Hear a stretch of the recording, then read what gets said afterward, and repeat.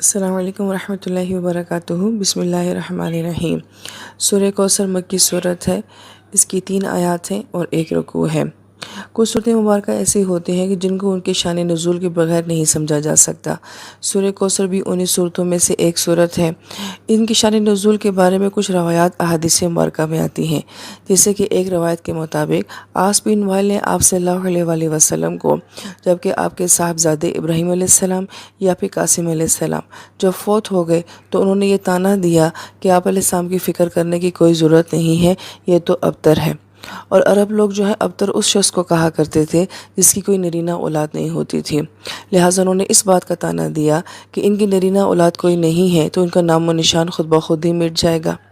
اور ایک روایت کے مطابق یہ بھی آتا ہے کہ کعب بن اشرف جو کہ یہودیوں کا سردار تھا، وہ مدینہ شریف سے مکہ شریف آتا ہے تو قریش مکہ کے لوگ اس سے یہ کہتے ہیں کہ آپ کا اس نوجوان کے بارے میں کیا خیال ہے، جو یہ کہتا ہے کہ اس کا دین ہمارے دین سے بہتر ہے، جبکہ ہم تو حجاج لوگوں کی خدمت کرتے ہیں، انہیں پانی پلاتے ہیں، بیت اللہ کی حفاظت کرتے ہیں۔ تو کعب بن اشرف یہ ساری باتیں سن کے یہ کہتا ہے کہ آپ کا دین جو ہے وہ زیادہ بہتر ہے۔ تو گویا کہ یہ دونوں واقعات ایسے ہیں جو کہ اس صورت مبارکہ کا شان نزول بن سکتے ہیں۔ لہٰذا اس صورت مبارکہ کا تعلق صرف نبی پاک صلی اللہ علیہ وآلہ وسلم کی ذات کے ساتھ ہے۔ یہاں پہ مفسرین کرام ایک نقطہ یہ بھی بیان کرتے ہیں کہ اللہ پاک قرآن پاک کو نور کہتے ہیں، روشنی کہتے ہیں، اور روشنی کے بغیر آپ چیزوں کو صحیح طریقے سے نہیں دیکھ سکتے، روشنی کے بغیر آپ اندھے ہو جاتے ہیں۔ لہٰذا وہ یہ کہتے ہیں کہ جب نبی پاک صلی اللہ علیہ وآلہ وسلم کی سیرت کا مطالعہ کرتے ہیں تو اس کو سمجھنے کے لیے بہترین روشنی یا وضاحت جو ہے وہ قرآن پاک کی کتاب ہے۔ لہٰذا اس لیے قرآن پاک کو نبی پاک صلی اللہ علیہ وآلہ وسلم کی سیرت بھی کہا جاتا ہے۔ اگر ہم نبی علیہ السلام کی زندگی کا مقصد دیکھیں گے، آپ علیہ السلام کی دعوت کا طریقہ کار دیکھیں گے، آپ کی ہجرت، آپ کا جہاد دیکھیں گے، آپ علیہ السلام کی معاشرت کو دیکھیں گے، تو یہ سب ہمیں قرآن کے اینگل سے دیکھنا ہوگا، اور تبھی جا کے ہم نبی علیہ السلام کی سیرت کو صحیح طور پہ سمجھ سکتے ہیں۔ اس لیے بعض مفسرین کرام اس بات کے اوپر بہت زور دیتے ہیں کہ نبی علیہ السلام کی سیرت مبارکہ کو جو ہے وہ قرآن کے اینگل سے ہی دیکھا جائے۔ پھر اس صورت میں ہمیں نبی علیہ السلام کی سیرت کے مطالعے میں کسی قسم کا تضاد جو ہے اس کا سامنا نہیں کرنا پڑے گا، بلکہ ہم یہ دیکھتے ہیں کہ قرآن پاک کی ہر صورت میں نبی علیہ السلام کی سیرت کا کوئی نہ کوئی پہلو ضرور بیان کیا جاتا ہے۔ پھر جب ہم قرآن کی روشنی میں نبی علیہ السلام کی سیرت کا مطالعہ کرتے ہیں تو ہمیں چیزیں جو ہیں وہ بہت واضح نظر آتی ہیں، جس کی ایک مثال ہمیں صلح حدیبیہ کا واقعہ نظر آتا ہے۔ صلح حدیبیہ کے موقع پہ جب نبی علیہ السلام یہ تمام شرائط کافروں کے ساتھ طے کر رہے تھے تو ان شرائط کو تمام لوگ جو ہیں وہ یہ کہہ رہے تھے کہ یہ مسلمانوں کی کمزوری اور شکست ہے، جبکہ نبی علیہ السلام یہ فرما رہے تھے کہ نہیں، یہ مسلمانوں کی فتح اور کامیابی ہے۔ پھر ہم یہ دیکھتے ہیں کہ قرآن نازل ہوتا ہے اور قرآن نبی علیہ السلام کی بات کی تصدیق کرتا ہے کہ دراصل میں یہ شرائط جو ہیں بظاہر تمہیں شکست لگ رہی ہیں، یہی فتح مکہ کی کامیابی کا ایک پیش منظر ہے۔ تو اس ساری سچویشن کو جو ہے قرآن پاک نے آ کے بہت خوبصورت انداز میں کلیئر کیا۔ اس لیے مفسرین کرام یہ فرماتے ہیں کہ نبی علیہ السلام کی سیرت کو سمجھنے کا سب سے بہترین ذریعہ ہمارے پاس قرآن ہے۔ دوسرا نقطہ مفسرین کرام یہ بیان فرماتے ہیں کہ ابراہیم علیہ السلام کی دعا کا اور آخری 10 صورتوں کا، نبی پاک صلی اللہ علیہ وآلہ وسلم کی زندگی کی مکمل سیرت کا اور آخری 10 صورتوں کا آپس میں بڑا گہرا تعلق نظر آتا ہے۔ ابراہیم علیہ السلام جب بیت اللہ کی تعمیر فرماتے ہیں تو آپ کچھ دعائیں فرماتے ہیں۔ اہل علم یہ فرماتے ہیں کہ ہم یہ دیکھتے ہیں کہ ابراہیم علیہ السلام کا بیت اللہ کے ساتھ بڑا گہرا تعلق نظر آتا ہے، کیونکہ تعمیر ہی آپ کے ہاتھوں سے کروائی گئی ہے۔ اور پھر ہم یہ دیکھتے ہیں کہ نبی علیہ السلام کا ابراہیم علیہ السلام کے ساتھ بڑا گہرا تعلق نظر آتا ہے۔ قرآن یہ کہتا ہے کہ نبی آپ نے ملت ابراہیمی کو قائم کرنا ہے اور آپ نے بیت اللہ کو واپس اس کا مقام دلانا ہے، یعنی کہ اس کو شرک سے پاک کرنا ہے۔ تو جب نبی علیہ السلام دنیا میں تشریف لے کر آتے ہیں اور جس جگہ پہ آپ کو بھیجا جاتا ہے، ایک مکہ شریف ہے، ایک مدینہ شریف ہے۔ ابراہیم علیہ السلام کے بیٹے اسماعیل علیہ السلام ہیں، ان کی کوئی اولاد نہیں ہے، لیکن ان کے بعد نبی علیہ السلام جو ہیں وہ ان میں سے آتے ہیں۔ تو اسماعیل علیہ السلام کی ساری اولاد ہمیں کہاں نظر آتی ہے؟ مکہ شریف میں نظر آتی ہے۔ اور ابراہیم علیہ السلام کے دوسرے بیٹے اسحاق علیہ السلام ہیں، جن میں تمام انبیاء آتے رہے ہیں، اور وہ ساری اولاد آپ کو کہاں پہ نظر آتی ہے؟ آپ کو مدینہ شریف میں نظر آتی ہے، اور انہی 2 جگہوں پہ آپ علیہ السلام کی ساری دعوت چلتی ہے۔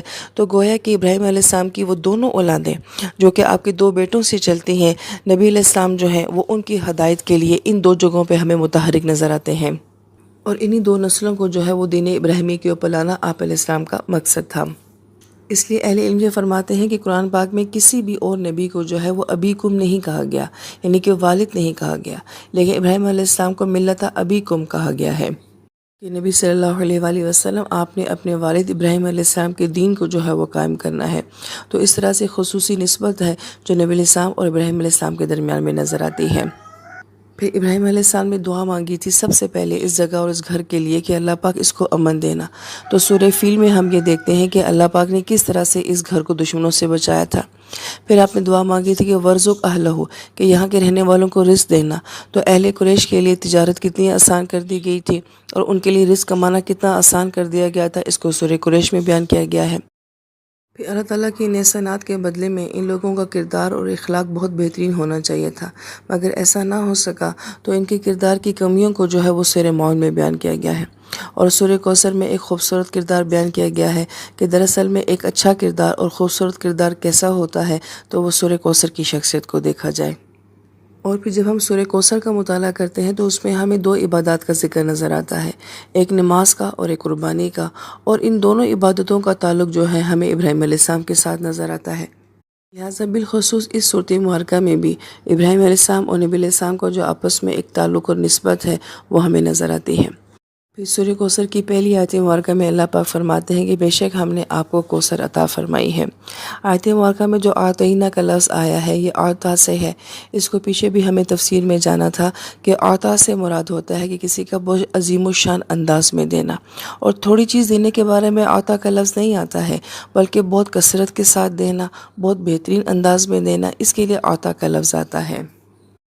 پھر آیت مبارکہ میں کوثر کا لفظ استعمال کیا گیا ہے، یہ فعل کے وزن کے اوپر ہے۔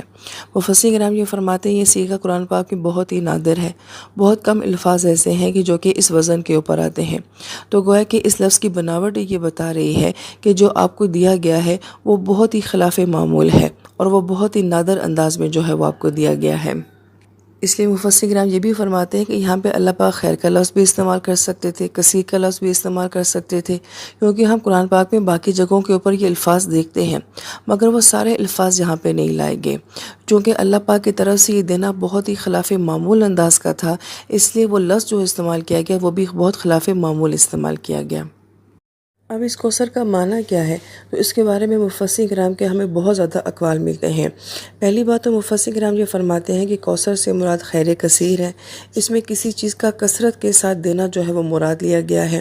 پھر بعض اہل علم نے یہ فرمایا کہ دین، دنیا، آخرت، ہر طرح کی بھلائی کو جو ہے وہ کوثر کہا جاتا ہے۔ تو پہلی بات تو یہ کہی جاتی ہے کہ کوثر کے اندر بہت زیادہ وسعت ہے، ہر طرح کی خیر اور بھلائی جو ہے وہ کوثر کے اندر پائی جاتی ہے۔ پھر ہمیں ایک قول کوثر کے بارے میں یہ بھی ملتا ہے کہ یہ خاص نہر ہے جس کا تعلق جنت کے ساتھ ہے، جس کو حوض کوثر کہا جاتا ہے۔ یہ وہ نہر ہے کہ جس نہر سے نبی پاک صلی اللہ علیہ وآلہ وسلم خود اپنی امت کو سیراب فرمائیں گے۔ اہل علم یہ فرماتے ہیں کہ اسی بات سے اندازہ لگایا جائے کہ اس حوض کی کیا وسعت ہوگی کہ جس سے کل امت کو جو ہے وہ سیراب کیا جائے گا۔ قرآن پاک میں جنت کی 4 نہروں کا تذکرہ ہمیں ملتا ہے، ایک سلسبیل کا ملتا ہے، ماء معین کا ملتا ہے، تسنیم کا ملتا ہے، اور کوثر کا ملتا ہے۔ پھر اس حوض کوثر کی کچھ خصوصیات جو ہیں وہ احادیث مبارکہ میں بیان کی گئی ہیں۔ آپ علیہ السلام یہ فرماتے ہیں کہ حوض کوثر کے جو کنارے ہیں وہ سونے اور چاندی کے ہوں گے، اس کی زمین ہیرے اور جواہرات سے بھری ہوئی ہوگی، اس کی مٹی کستوری کی ہوگی، اس کا پانی دودھ سے بھی زیادہ سفید ہوگا، شہد سے زیادہ میٹھا ہوگا، برف سے زیادہ ٹھنڈا ہوگا، اور جو اس کے جانور ہوں گے وہ بختی اونٹ کی گردن جیسے ہوں گے۔ یہ اونٹ بہت بڑا ہوتا ہے، اس اونٹ کی گردن بہت بڑی ہوتی ہے، تو گویا کہ اس کے جانور جو ہیں وہ بھی بہت بڑے بڑے ہوں گے۔ یہ ساری صفات سننے کے بعد حضرت اللہ عنہ نے فرمایا کہ اللہ کے نبی جو اس نہر کو دیکھے گا تو اس کو تو لطف ہی آ جائے گا۔ تو آپ علیہ السلام نے فرمایا کہ جب تم اس نہر سے سیراب ہوگے تو تمہیں اور بھی لطف آ جائے گا۔ پھر آپ علیہ السلام نے فرمایا کہ حوض کوثر کے پیالوں کی تعداد جو ہے وہ آسمان کے ستاروں کے برابر ہے۔ پھر قیامت کا دن جو کہ 50,000 سال کے برابر بھی ہوگا، لیکن جو شخص اس نہر سے پانی پیے گا اس کو پھر جنت میں جانے تک پیاس نہیں لگے گی۔ پھر امام راضی رحمہ اللہ تعالیٰ نے کوثر کی تفسیر میں کچھ اقوال جو ذکر کیے ہیں وہ یہ فرماتے ہیں کہ کوثر سے مراد آپ صلی اللہ علیہ وآلہ وسلم کی روحانی اولاد کی کثرت کا ہونا ہے، کیونکہ حدیث پاک کا مفہوم ہے کہ آپ نے فرمایا کہ میں اپنی امت کے لیے مثل والد کے ہوں۔ لہٰذا نبی جو ہوتے ہیں وہ اپنی امت کے لیے روحانی باپ کی طرح ہوتے ہیں۔ تو نبی علیہ السلام اگر ہمارے روحانی باپ ہیں تو پھر روحانی اولاد آپ صلی اللہ علیہ وآلہ وسلم کی کثرت کے ساتھ ہے، یہی آپ علیہ السلام کی کوثر ہے۔ اس لیے آپ علیہ السلام نے فرمایا تھا کہ جنت میں 120 صفیں ہوں گی اور اس میں سے 80 صفیں امت محمدیہ صلی اللہ علیہ وآلہ وسلم کی ہوں گی۔